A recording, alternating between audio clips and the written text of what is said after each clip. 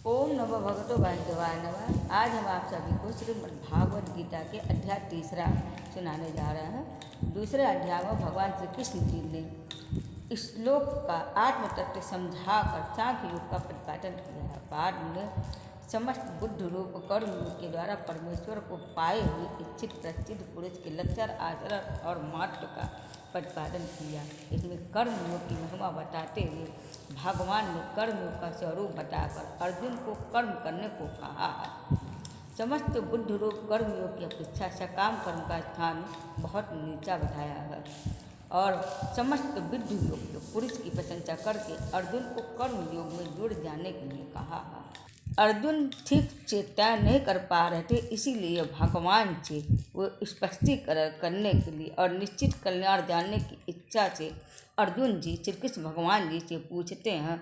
तीसरा अध्याय शुरू। अर्जुन हुआ थे जायासी चेत कर्मस्ते मता बुद्धि जनार्दन तक्तिम कर्मणि घोरे माम नियोजयसि केशव व्याम वाक्यन बुद्धि मोहयसी तदेकम वद निश्चित्ययेन श्रेयोहम मा प्रणवार।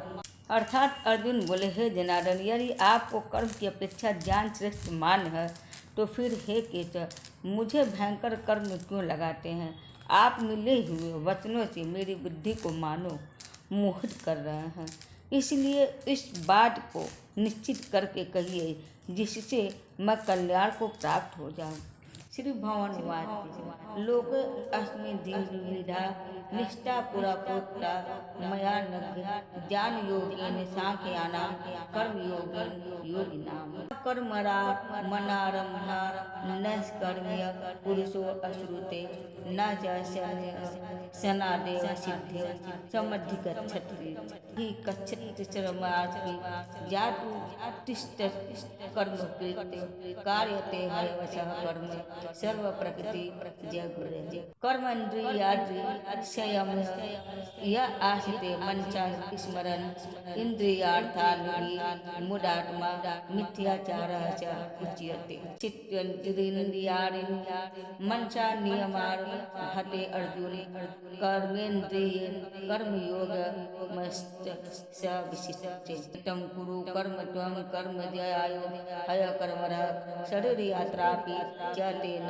प्रसिद्ध ये कर्मरः यज्ञार्थ कर्मणो अयंत्र लोके कर्म बंधना तदर्थ कर्म कौटने मुक्त संग समाचार सह यज्ञा प्रजा श्रेष्ठवा पूर्वाते प्रजापति अनेन प्रविष्टे धवमेस्य ओ अहिष्टस्य काम देवान भाव यतानेन ते देवा भावयन्ति वह परस्पर भावयन्तः श्रेय परम वापश्च। अर्थात श्री कृष्ण भगवान जी कहते हैं कि हे निष्पाप, इस लोक में 2 प्रकार की निष्ठा मेरे द्वारा पहले कही गई है। उनमें से सांख्य योगियों की निष्ठा तो ज्ञान योग से और योगियों की निष्ठा कर्म योग से होती है। मनुष्य ना तो कर्मों का आरंभ किए बिना निष्कर्मता को यानी योग निष्ठा को प्राप्त होता है और न कर्मों के केवल त्याग मात्र से सिद्धि यानी साख्य निष्ठा को ही प्राप्त होता है। निसंदेह कोई भी मनुष्य किसी काल में क्षण मात्र भी बिना कर्म किए नहीं रहता, क्योंकि सारा मनुष्य समुदाय प्रकृति जनित गुणों द्वारा परवश हुआ कर्म करने के लिए बाध्य किया जाता है। जो मूढ़ बुद्धि मनुष्य समस्त इंद्रियों को हठपूर्वक ऊपर से रोक कर मन से उन इंद्रियों के विषयों का चिंतन करता रहता है, वह मिथ्याचारी अर्थात दंभी कहा जाता है। किंतु हे अर्जुन, जो पुरुष मन से इंद्रियों को वश में करके अनासक्त हुआ समस्त इंद्रियों द्वारा कर्म योग का आचरण करता है, वही श्रेष्ठ है। तू शास्त्र विहित कर्तव्य कर्म कर, क्योंकि कर्म न करने की अपेक्षा कर्म करना श्रेष्ठ है तथा कर्म न करने से तेरा शरीर निर्वाह भी सिद्ध नहीं होगा। यज्ञ के निमित्त किए जाने कर्मों के अतिरिक्त दूसरे कर्मों में लगा हुआ ही यह मनुष्य समुदाय कर्मों से बढ़ता है। इसलिए हे अर्जुन, तू आसक्ति से रहित होकर उस यज्ञ के निमित्त ही भली भांति कर्तव्य कर्म कर। प्रजापति ब्रह्मा ने कल्प के आदि में यज्ञ सहित प्रजाओं को रचकर उनसे कहा है कि तुम लोग इस यज्ञ के द्वारा वृष्टि को प्राप्त हो और यह यज्ञ तुम लोगों को इच्छित भोग प्रदान करने वाला हो।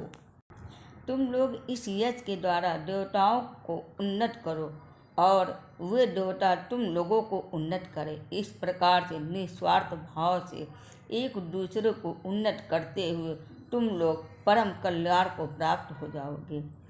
स्थान भोगानि वे देवा दास्यन्ते यदि भाविताः तान् प्रदायभ्यो यो भूते स्तेन एव सः यज्ञ शिष्टासि न सन्तो मुच्यन्ते सर्वकिलविश्ये भजन्ते ते त्वघं पापा ये पंचत्यात्मकारयात्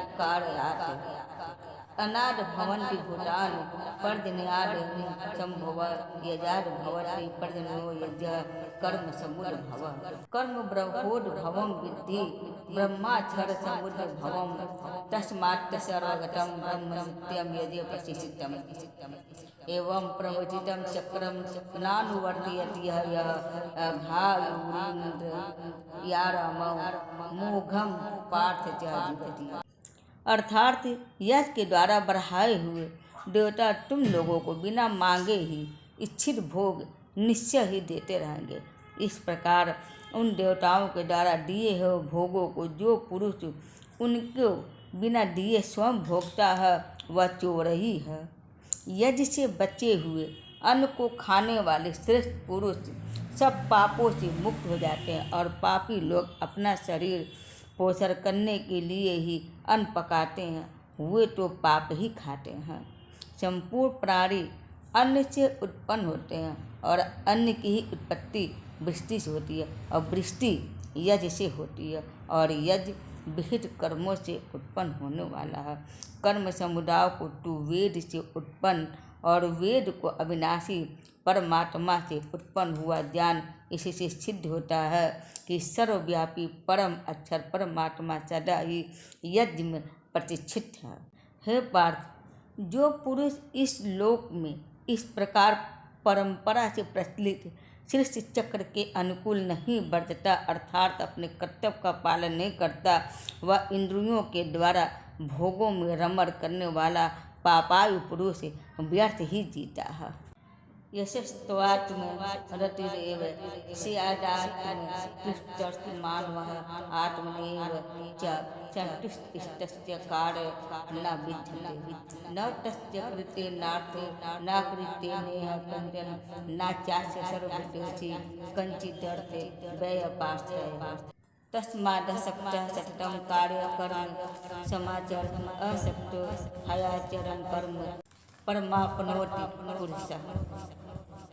कर्मरव हि सिद्धिमाश्रिता जनकादयः लोक संग्रह वापि संपत्तिं कर्तुं महर्षि यदि दाचरति श्रेष्ठ इष्टस्य देवतरो जनः स यत् प्रमाणं कुरुते लोक इष्टदनुवर्तते न मे पार्थास्ति कर्तव्यं पुरुषो लोकेषु किंचन नानवाप्त मवाप्तव्यं वर्त एव च कर्म यदि हयं न वर्तेयं जातु कर्मण्यन्द्रितः मम वर्तमानो वर्तन्ते मनुष्याः पार्थ सर्वस्य उत्तसिदेयुरिमे लोका न कुर्यां कर्म चेदहं शंकरस्य च कर्ता इष्यामुपहन्यामि मां प्रजा।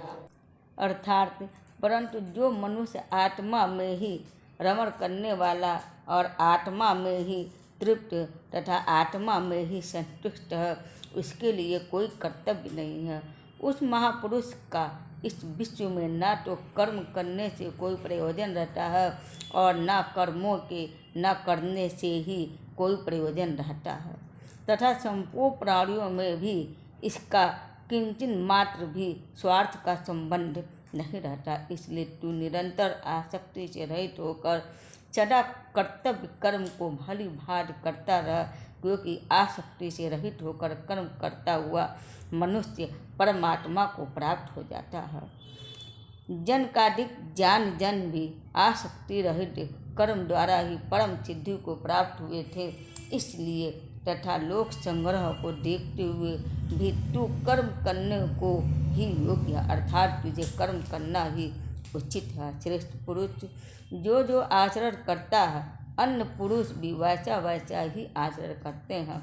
वह जो कुछ प्रमाण कर देता है, समस्त मनुष्य समुदाय उसके अनुसार बरतने लग जाते हैं।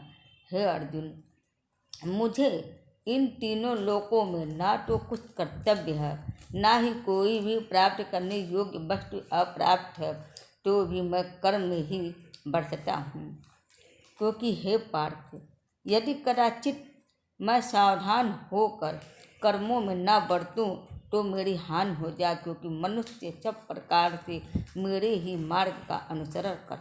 इसलिए यदि मैं कर्म ना करूं तो ये सब मनुष्य नष्ट भ्रष्ट हो जाए और मैं संकृतता का करने वाला हूँ तथा इस समस्त प्रजा को नष्ट करने वाला बनूं। सत्ता परमर्या विधान से यथा कुर्वन्ति भारत कुर्यादिधान इष्टथा सप्तम तीर्थेषु लोक संग्रहम् न बुद्धि भेदम जनयेत जानाम कर्म संगिनाम जैसे सर्व कर्माणि विधान युक्त समाचरण प्रकृतिः क्रियमाणानि गुणः कर्माणि सर्वशः अहंकार दुरात्मा कर्ता है मति मन्यते तत्त्ववित्तु महाबायो गुण कर्म विभागयो गुरा गुरेषु वर्णन्त इति मत्वा न सजते प्रकृते गुण समुदाय सजन्ते गुण कर्मसु तान कृतच्छन् वेदो मंदान कृतच्छन् विचालयति मयि सर्वाणि कर्माणि सन्न्यस्य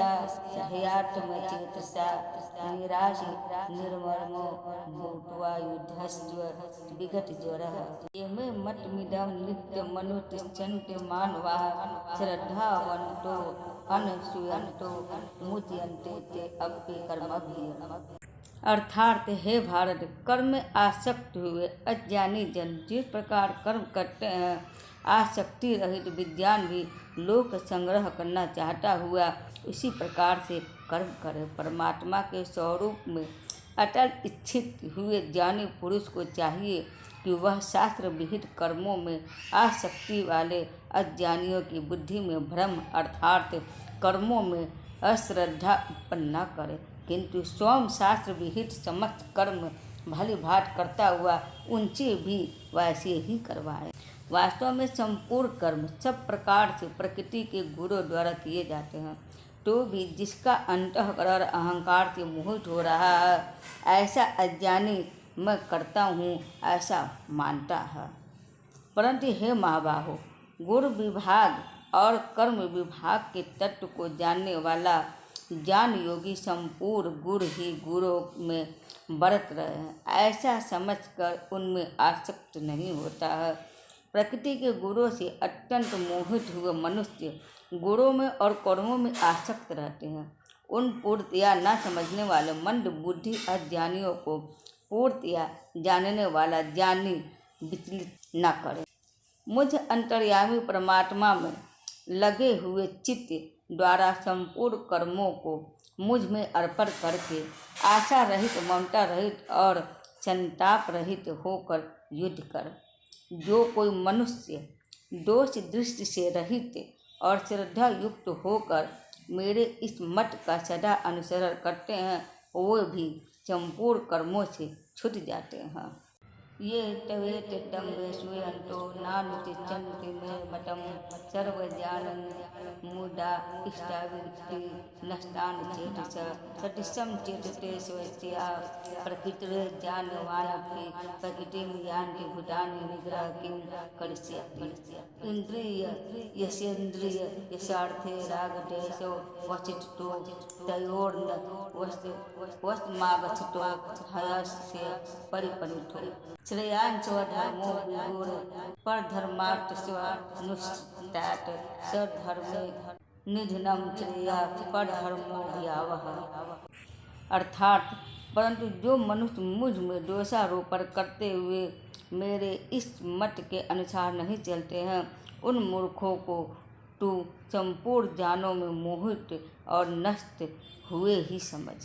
सभी प्राणी प्रकृति को प्राप्त होते हैं, अर्थात अपने स्वभाव के परवश हुए कर्म करते हैं। जानवान भी अपनी प्रकृति के अनुसार चेष्टा करते हैं, फिर इसमें किसी का हट क्या करेगा। इंद्रिय के अर्थ में अर्थात प्रत्येक इंद्रिय के विषय में राग और द्वेष छिपे हुए स्थित हैं। मनुष्य को उन दोनों को वश में नहीं होना चाहिए, क्योंकि वे दोनों ही इसके कल्याण मार्ग में विघ्न करने वाले महान शत्रु हैं। अच्छी प्रकार से आचरण में लाए हुए दूसरे के धर्म से गुण रहित भी अपना धर्म अति उत्तम है। अपने धर्म में तो मरना ही कल्याणकारक है और दूसरे का धर्म भय को देने वाला है। अर्जुन उवाच अथ केन प्रयुक्तं पापं चरित पुरुष अनिच्छन् वासरेय बलादेव नियोजितः। अर्थात अर्जुन कहते हैं कि हे कृष्ण, तो फिर यह मनुष्य स्वयं न चाहता हुआ भी बलात् लगाए हुए की भांति किससे प्रेरित होकर पाप का आचरण करता है। श्री भगवानुवाच काम एष क्रोध एष रजो गुण समूढ़ भव महासनो महापापम विधेय न मयि वरिरम्। धूमे न व्रियते बहिर्यथा दर्शो मलिन च यथोल्बेन वृतो गर्भस्थिता तेन मावृतम्। आवृत्तं जानमेतेन जानिनो नित्यवहरिरा कामरूपेण कौन्तेय दुष्पूरेरार्यनलिञ्च। इंद्रियाणि मनोबुद्धिरस्याधिष्ठान मुच्यते एतैर्विमोह्यते ज्ञानमावृत्य देहिनम्। तस्मात्त्वमिन्द्रियार्थो नियमं भर्तृ पापमान् प्रजहि प्रजहि ज्ञान विज्ञान नाशनम्। इंद्रियाणि प्राणयाहुरेन्द्रियव्ययं परं मन सस्तु परा बुद्धिर्यो बुद्धे परतस्तु एवं बुद्धे परम बुद्धि ध्वजा सत्यभ्यात्मात्मना जहि शत्रु महाबाहो काम रूपम दुराचलम। अर्थात श्री भगवान जी कहते हैं कि रजोगुण से उत्पन्न हुआ यह काम ही क्रोध है। यह बहुत खाने वाला अर्थात भोगों से कभी न अघाने वाला और बड़ा पापी है। इसको ही तू इस विषय में वैरी जान। जिस प्रकार धुएं से अग्नि और मैल से दर्पण ढक जाता है तथा जिस प्रकार से जेड़ से गर्भ ढका रहता है, वैसे ही उस काम के द्वारा यह ज्ञान ढका रहता है।